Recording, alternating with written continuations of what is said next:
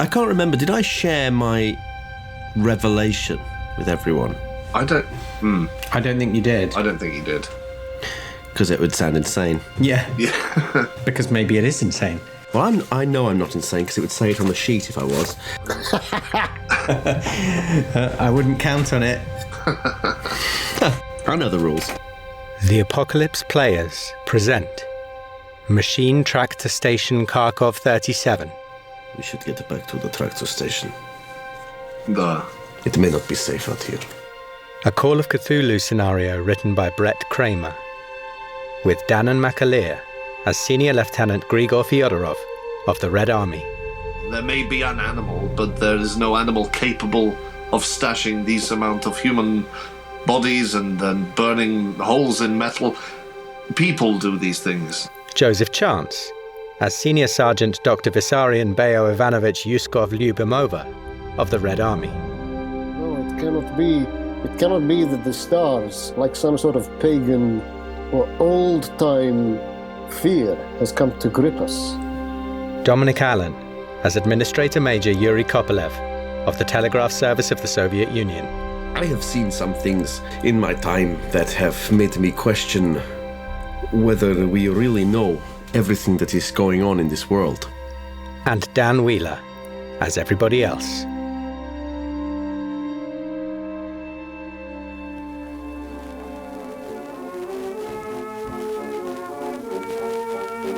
Left to his own devices in the tractor station, the doctor provided succor to the men, for many were feeling drained and suffering from a type of agoraphobia. He also finished reading the chemistry textbook and decided that it was merely the ravings of a madman. Ironic, perhaps. Meanwhile, the other party found the kolkhoz of Yorenkovo deserted, but with signs of a struggle and evidence of execution by firing squad. A mass grave was also discovered. However, this is not irregular and none of our concern. More interesting to us, Comrade Rulyova, is the water tank and the horrors revealed within once it was emptied. The foul stench coming from the liquid as it trickled away made many soldiers physically sick. And at the bottom, Lieutenant Fyodorov saw many deformed and bloated bodies with skin sloughing off them. Humans, yes, but also small mammals and birds. On the way back to the station, Major Kopelev had one of his revelations. The tank was not a dumping site, but a lair for some terrible creature. However, he did not have time to share this, because at that very moment, he spotted an unmarked trail and shouted back to his captain. Pull over! Stop the truck! What is it? What is it? Tryapanov driving next to him. What? Sure, and he slams on the brakes and beeps the horn and says, Major, what have you seen? Getting all the papers out my satchel. Look at this! Look at this! This trail is not on the map. What trail? What are you talking about? Look out the window, the trail! You cannot tell me you do not see it. Oh, well, I suppose that does look like maybe there's a sign of some light traffic going in that direction. Do you think we should check it out? Light traffic out here? The only traffic is between the tractor station and the villages. Well, it's probably just another village that isn't marked on the map. Maybe it's not a kolkhoz, it's just... You hear what you are saying? You hear what you are saying? A village that is not marked on a map in the Soviet Union? Major, please, all of this... Where every person in this country is listed in a document in the Kremlin? Come on! All of this is conjecture for the time being. Do I see, if I look where he's sort of pointing, do I see a trail of sorts? Well, I don't think you've seen anything. I think the Major has seen something that no one else can really make out yet. Right. Major, you have seen, what, some undergrowth that's been disturbed, possibly a track that maybe the cattle took in the previous years when it was still a successful dairy farm, or we don't know. But to where? It seems like a tiny thing to adjust our route for, if that's what you were suggesting. I want to know. I need to know. If it is not on the map, why does it exist? This trail. Da. Lieutenant Fyodorov, if the Major wants to investigate this trail, we investigate this trail. Da? Well, thank you for that assessment, Trepanov. Not That's Captain necessarily. Trepanov. Yes, of course, Captain Trepanov. How far back was it? It's just there. I gesture through the window to where there's a bit of scrub. Do I see anything? If I take a few paces towards it, do I see? Yeah, if you take a few steps towards it, you can see that it looks like a way that has been travelled. There's some tyre ruts. It's not like a big track. It's not a big road, but it looks like there's maybe some tyre marks that go off. If Fyodorov's walking over to it, I hop out the truck if we've stopped, which sounds like we have. I hop out the truck and I jog over to him because I want to. My first priority. I'm not suggesting that we follow it all the way to its conclusion unless there's a reason to, but I certainly want to have a look at it and see what's made it and try and work out, if we can, what it could be. Okay, so you hop out. Trepanov hops out as well.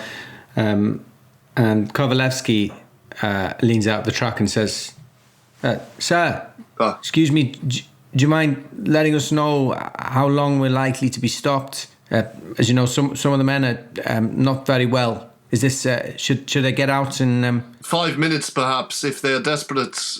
Yes, do not go far. Of course. So he has a word with the men. A few of them hop out, stretch their legs, take a piss, take a shit, what they need to do. At this point, I'm going to cut back to the base and find out what the doctor's up to.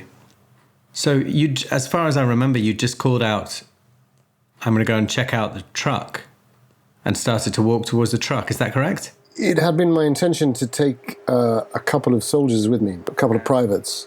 You don't want to take Blockensteff? No, I think Blockensteff should stay with the body of the men. Okay. And I should take two guys who I know are capable. So not Yabenko.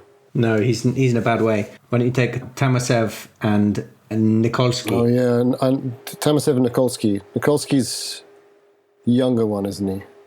Yeah, let's say he is. Yeah. Both privates, right? I mean, I don't need any corporals. They are. They certainly are. Yeah. Nikolsky and Tamasev. So the image I had in my mind's eye was that I had them either side of me, and I was stood there, pipe in mouth, and I was looking at this. Before you get to that point, as you walk over to the truck, Tamasev says to you, who's Tamasev? We haven't had him yet. Northerner? Yeah. Welsh? Yeah. Yeah, okay, yeah. Tamasev says, Sergeant, Doctor, do you mind... Well, if in doubt, go Welsh. In doubt. Do you mind telling me how long do you think we're going to be staying here for? Because I thought, excuse me asking, but I thought we'd come out here to fix the telegraph lines. Amazing cameo from Michael Sheen. But there doesn't seem to be any sign of anyone fixing any telegraph lines. It's because he's from Georgia, isn't it? That's right. He's got that thick Georgian accent. Thick Georgian accent, and Like Stalin. just like Stalin. Except we don't talk about that, right? 1 minute we were talking about telegraph lines, and now this talking about infection and contagion and radiation. I've heard the talk amongst the men, and some of us think maybe we should all just head back to the Red Army depot. Excuse me for speaking out like this, but you've always been a friend of the men, Doctor. Not at all, Tamashev. Yes, I couldn't agree with you more. The TASS agents have made the chain of command very complicated for the good lieutenant. We know that the only way that we will leave this place healthily And with the hope of a good spring ahead of us, as if we work with our good friends in the party. Yes, Tamasev? Always remember that. You too, Nikolsky. Da. Nikolsky, he's a quiet young man, and he just nods and says, "Da." He was a bit anxious about Tamadsev speaking out. Give me a psychology roll. It's a good skill of mine, and I have passed. So you get the feeling that Tamadsev may not have just been speaking for himself. Yeah. For the men. Possibly. But, you've said what you can, that things are difficult because of the TASS agents. He sort of nods, goes quiet.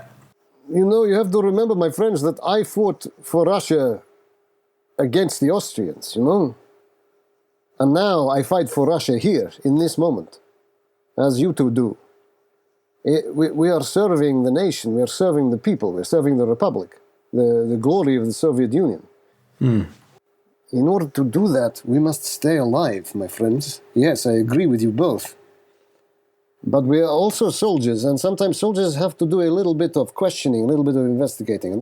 As long as you think the best way to stay alive is by staying here rather than just maybe saying it's not possible to fix the telegraph lines, they're too badly broken, and heading back to the depot. What are you going to say when Major Kopelev gets his telegraph wires back up and we are back in our base eating our stewed beef and hoping to make a visit into the local village to see the girls?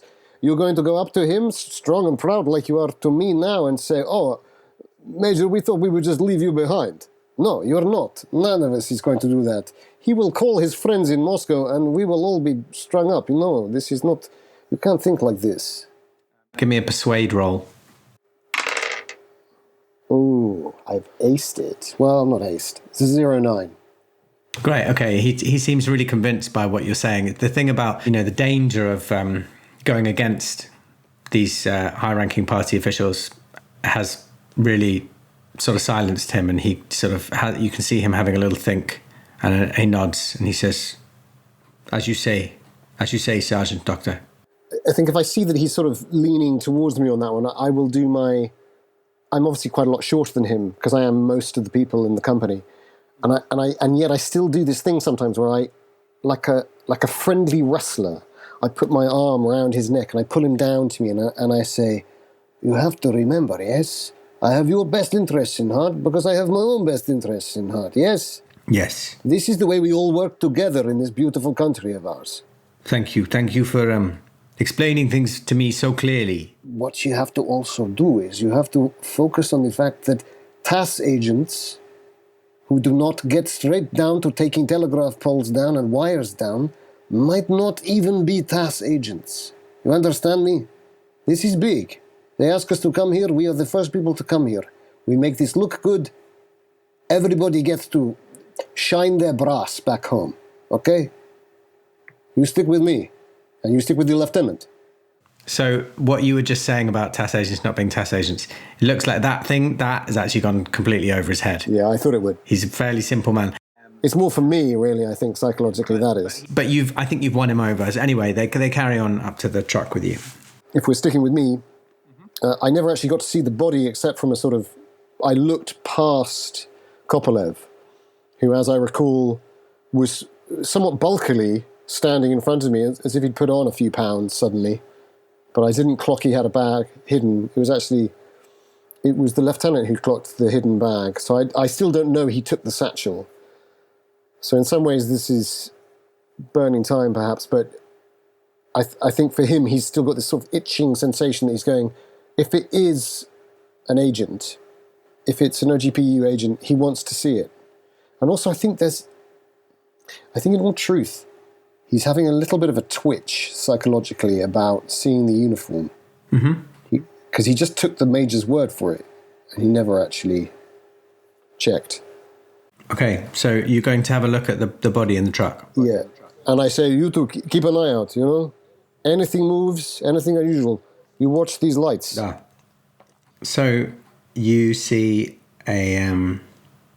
You come and have another look at the body. Yeah. Once again, you see him sitting upright with a gun in his right hand, an entry wound in his right temple, exit wound in his left temple, bullet hole in the window. It looks very much like he's committed suicide. There are no other obvious wounds on the body, but you do notice again that he appears to be sort of dried and kind of a bit withered. And I'm going to go through all of his pockets again.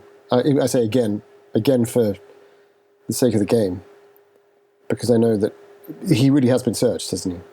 Well, he had the satchel taken off him. All of his pockets are empty. Yeah. Nothing of any interest. Does he have an M1895 pistol?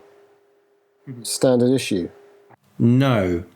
I'm not sure what the weapon is he has, but it's not a standard sort of Red Army pistol. He's, this isn't any surprise to you because you've seen the Ogpu uniform. Is it expensive? Does it look expensive? Yeah, it looks like a quality weapon. I'll take that and any ammunition. Okay, fine. And I'll put that in my bag. For the lieutenant, of course. Mm-hmm. Not for me. Oh, and while I'm here, I'll reload the 3 rounds that I fired into the ground. Okay. Of my own 1895 pistol. And then I will sit in the seat next to the dead man. Not too close, but and I'll do my "what were you doing" thing that I sometimes do now that I'm in my 50s and I've got a moment of quiet. I have a swig of vodka and I literally say to myself, I think I might have slightly miscast myself, Brian Cox. I'm like a cross between Brian Cox and Topol. Okay. And this is one of my more Topol moments where I go, "What were you up to, Ogpu? What were you up to here?" And I think, what the heck was he up to? Okay. Do you want to give me an idea roll? Or an intelligence roll? Yes. I mean, I'm assuming that he has to keep the engine running in order for the lights to keep running. 17. 3 good rolls. I hope it continues like this. How good is that? My intelligence is not great. 55. Oh, so it's a hard success. It's a hard, but it's not exquisite. No, that's fine. So I can tell you that the engine is running because the telegraph agent's got the engine running. Oh, yeah. It doesn't require someone to be sat in the vehicle to keep the engine running. No. So I've just realised Trepanov and Kopolev were clearly working on the truck with the body still just sat there. He didn't require he didn't have to stay there, but the way the vehicle is pointed clearly gave him a very good view of the silo with the lights. You wonder whether he was looking out for something. You notice that the door that Trepanov originally opened to get into the truck, Trepanov had to break open. It was locked from the inside. Yeah, he was inside the truck, but he'd locked the doors. I think again I say, this is the redoubt. This is where we fall back to. He kills himself here. This is the last place he can survive. Why here? Why? He feels safest here, but also knows he has to end his life? Or he's gone mad, like the lieutenant said. Since you got a hard success on your idea roll, you get out of the truck. You walk around it, having this thought, and you realise that. Give me a spot hidden. 02. Oh, okay, great. So you remember that when you were in the garages, there were a load of trucks, and they'd all had their headlights stripped off them. Yes. And rigged to the lights. This one did not have its headlights stripped off. They're not on at the moment, but you wonder whether maybe it's relevant that this truck had headlights, and maybe that has something to do with why he was in it. And will they actually turn on? Will the headlights turn on? Well, you could get back and try. Yeah, I don't want to turn those lights off, though, up there. So I don't want to fiddle with anything, really. But I might take that up. Yes, I note that down. I think I maybe even take a notebook out for the first time. And as you take your notebook out, the lab notes fall out from beneath the pages. Yes. And you wonder whether maybe now you've checked out the truck, maybe the men seem to be getting on with the watch. Maybe now might be a good time to just have one more look over those notes to see if you've missed anything, to see if you can remember anything about the Astronomical Institute that has been preying on your mind. I know you've mentioned it a few times, and you've been racking your brains, and you think maybe you just need to sit down and try and work out what it is about that is bugging you. Yeah. I think I'll I'll leave those two men there and say that I'll send two men to relieve them. Great. Okay. So with that, we'll go back to the two guys who are exploring the trail. So Trepanov, Kopolev, and Fyodorov are stood by the point at which tire marks. Now you're there, you can see tire marks clearly turn off the main trail and onto this. It's not a trail. It's very much cross country. But the sort of scrub is a bit lower, and there are at least one set of tyre marks, maybe a few sets of tyre marks. I mean, the first thing I want to know is, does it look like the sort of thing that would be, if it came to it, easily navigable using the truck we have, or would it be a risk? I mean, obviously it's going to be a risk because we'll have to roll for drive and all that stuff, but is our vehicle sort of designed for that sort of terrain? It's the sort of terrain that your vehicle can definitely traverse. Okay. It's not a trail, No. so it will require a drive roll because the area around here is quite boggy in places. This is down in a valley rather than up on a hill, so it might be a bit boggy. There's a chance that you might get stuck, but it doesn't look like this is completely unnavigable. And also, sorry to be boring, but just to check, how far are we from, if we were to go straight back to the tractor station now? Because it didn't take us too long to go out to... No. I'm, in my head, on the big map, obviously, we haven't seen everything that's on this big map yet, but just in terms of being able to reference it for myself, it's got, it says Urenco, and there's the tractor station. So tractor station there, Urenco there, are we like halfway between the two? Almost exactly halfway between the two, yeah. So I'm going to say you're about 15 minutes from the tractor station if you wanted to go back. You can't see where this trail leads. But does it head... what compass direction does it head into? Urenkovo is kind of to the northeast of the base. Mm-hmm. Yeah. And this goes off to the southeast from that track. Yeah, if that makes sense. I was picturing, yeah. Yes. Oh, right. Okay. So down the valley, basically, down the valley that we crossed through. More or less, yeah. But we can't really see anything that it leads to. It just sort of leads off. You can't. It looks very, very bland and uninteresting. Well, Major, if you really think that the best next step in the investigations is to follow this track, I won't fight you on it, of course. But it strikes me that perhaps it would be worth... I think it is too risky. If we cannot see, if it does not... When I saw it, my initial thought was that it was perhaps an animal track. I say, listen, Fyodorov, this may sound crazy, but I have seen some things in my time that have made me question whether we really know everything that is going on in this world. And I was thinking about it when we reached the windmill. The contents of that place and the nature of the silo back at the tractor station makes me think of an animal's food store. Like a squirrel keeping nuts.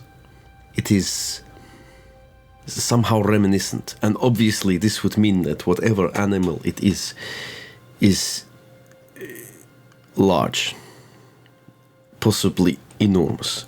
So perhaps I am paranoid, but I saw the trail and I thought perhaps this is a clue, a track that the animal has made. But now I see that it is tractor prints. Something else more chilling occurs to me, that the people of these villages, I read a report that they cleave to an old faith. Is it possible that they have, perhaps there is something in this area that they have decided to venerate, to feed, and I don't know. I mean, you cannot rule anything out in my experience. Perhaps what you're saying is not so crazy.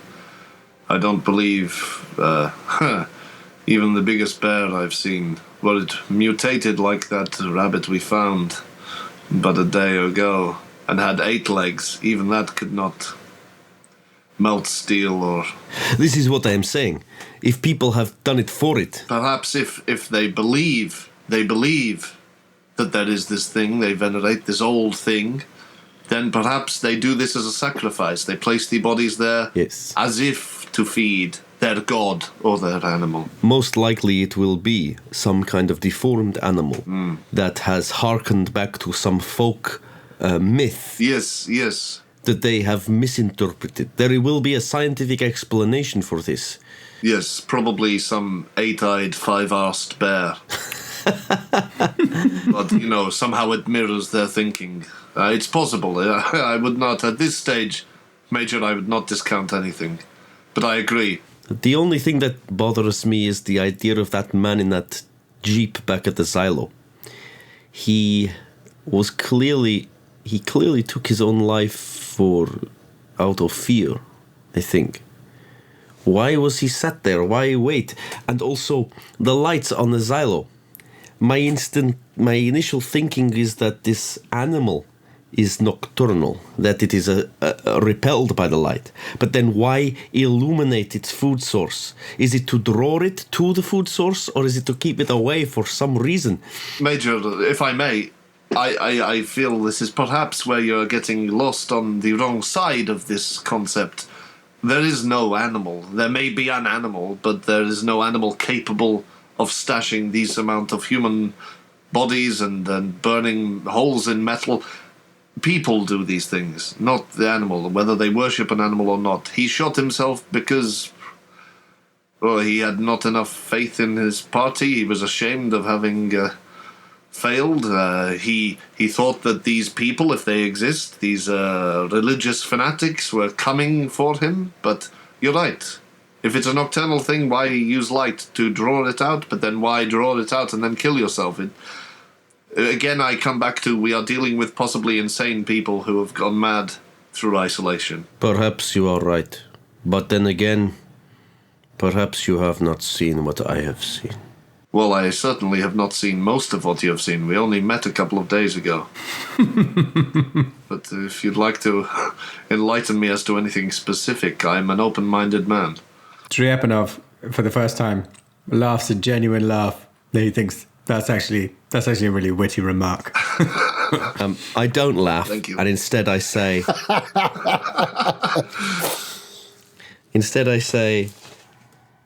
I have seen things. I have seen people come back from the dead. I have seen dead men attack me. So it would not surprise me if there are stranger things even than that. And then I'll sort of look at the bleak horizon as the wind whistles through what little vegetation there is, and I say, we should get back to the tractor station. It may not be safe out here.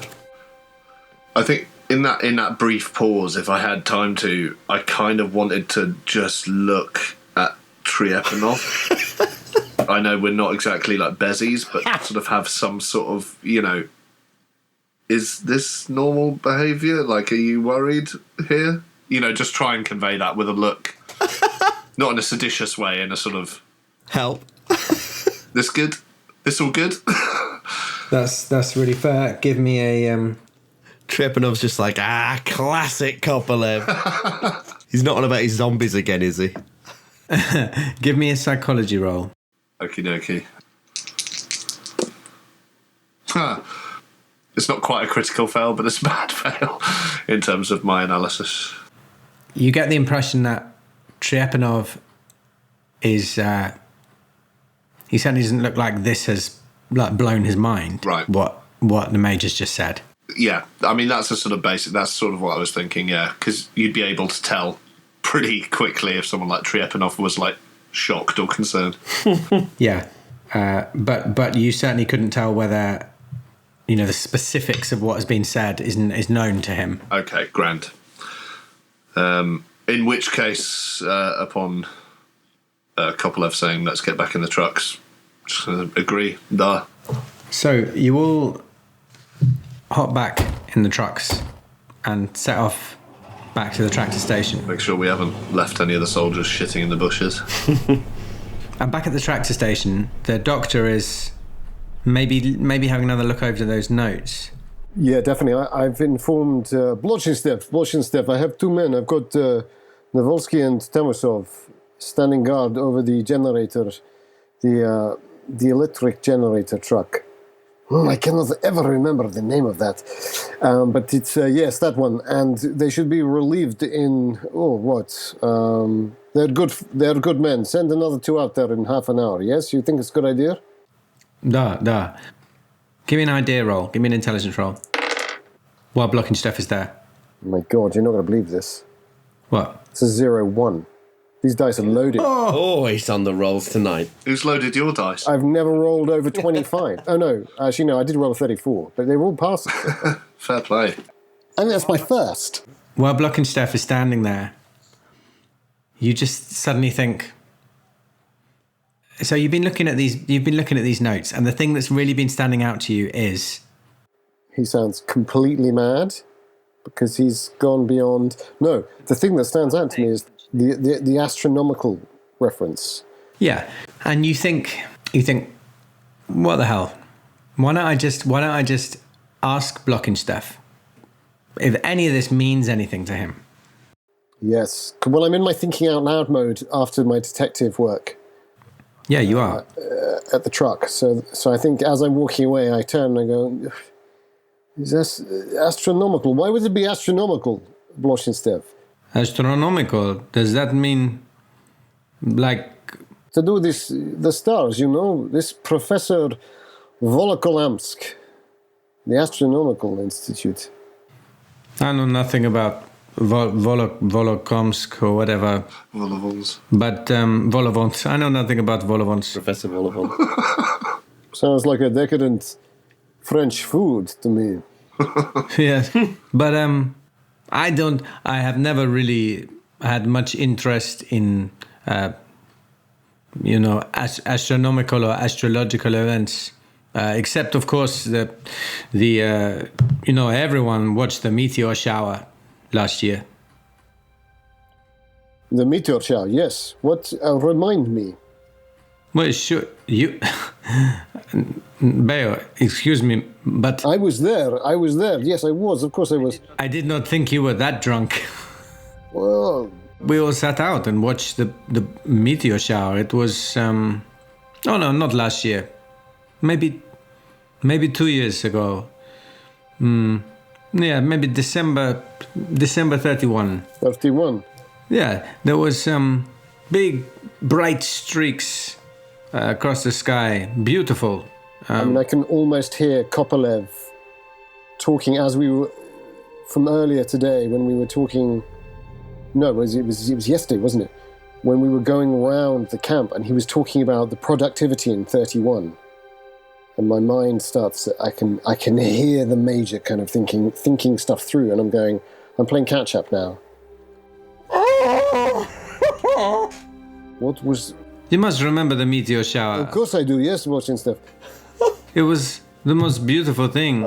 The dairy was very productive at that time. We're fucked. I say, and my pipe is just dipping further and further away from my mouth, but I'm holding the bowl in my fingers. And I'm looking at him slightly wide-eyed, thinking, no, it cannot be. It cannot be that the stars, like some sort of pagan or old-time fear has come to grip us.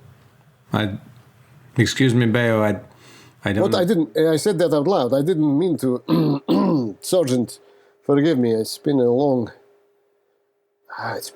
morning. Yes. I don't remember any more. I don't remember reading anything about the meteor shower. That I remember that was the thing at the time. We watched it, and we said, "Oh, surely this will be in the local news bulletins," but it was not. There was silence about it. Now, obviously, we don't have radio contact with the trucks, do we? No. Yeah. I thought I'd just check. I think I turn away from him. Will there be anything else, Sergeant? No, you make sure the men know that we must be ready to move as soon as we can. Ah, that's good news. We are all hoping to move at the earliest opportunity.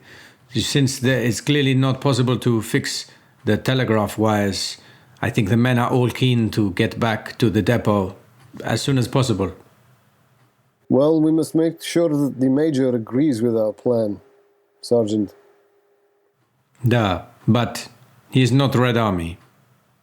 No, he is not. You trust him, do you? I trust him as much as I trust any TASS agent who is not interested in putting the telegraph poles back up. Forgive me, Boshinstev. Let me speak plainly. You think he's a TASS agent? Bayo, I've never met a TASS agent before. I don't know what to expect from them. This is a very wise answer. I hope you're feeling better. I will leave you now. And he walks back. And as he walks away, you think this memory of this meteor shower just makes you look at those notes once more. And you look again at the note that mentioned the Astronomical Institute. Yeah. And you realise this is all because of your extraordinary role that I'm feeding you a little bit more. Yeah.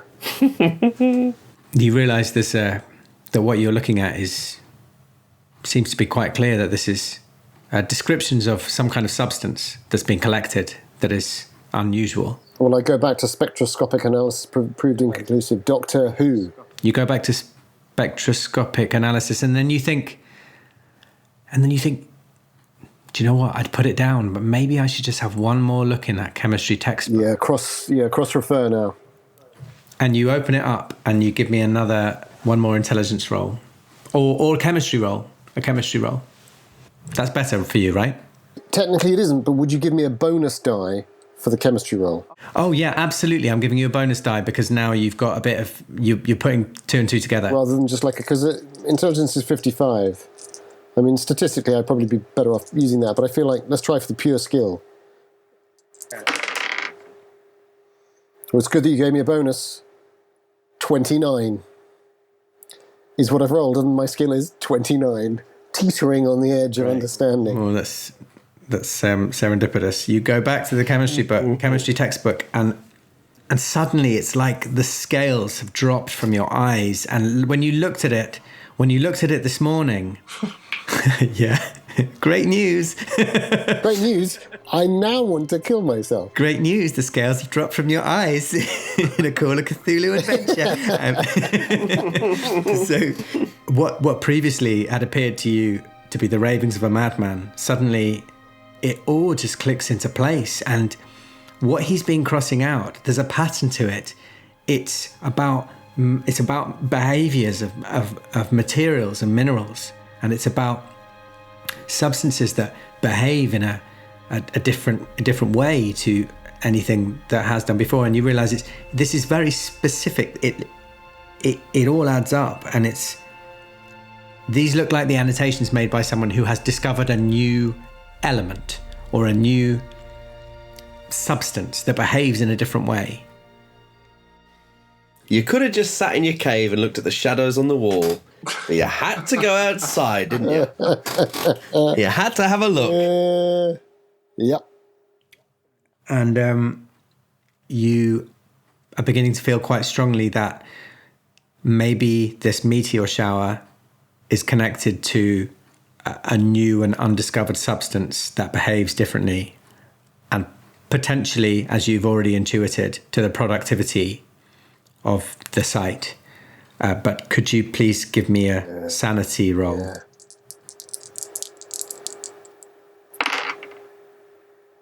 Which I have also passed by rolling exactly my set. Ah, no. Shoot. Because I lost one sanity, didn't I? I mean, I might potentially have a different sanity score for you than you do yourself. Tell me what you've I rolled. rolled a 62 and I've got a 61 sanity. Okay, well, I'll just tell you how much sanity you lose. You lose 2 points of sanity. Could be crucial. There's one more thing that occurs to you, unfortunately. The overriding feeling over all of this is that you are a step behind, and that Kopelev and Triepanov already know all of this. In fact, maybe they knew all of this before they even turned up. And they don't seem bothered by it at all. And you get the strong impression that maybe you are just a part of some kind of experiment to them. And just at that moment, the truck arrives back. You hear them pull up, Dr. Lyubimova. The agents are back at the base.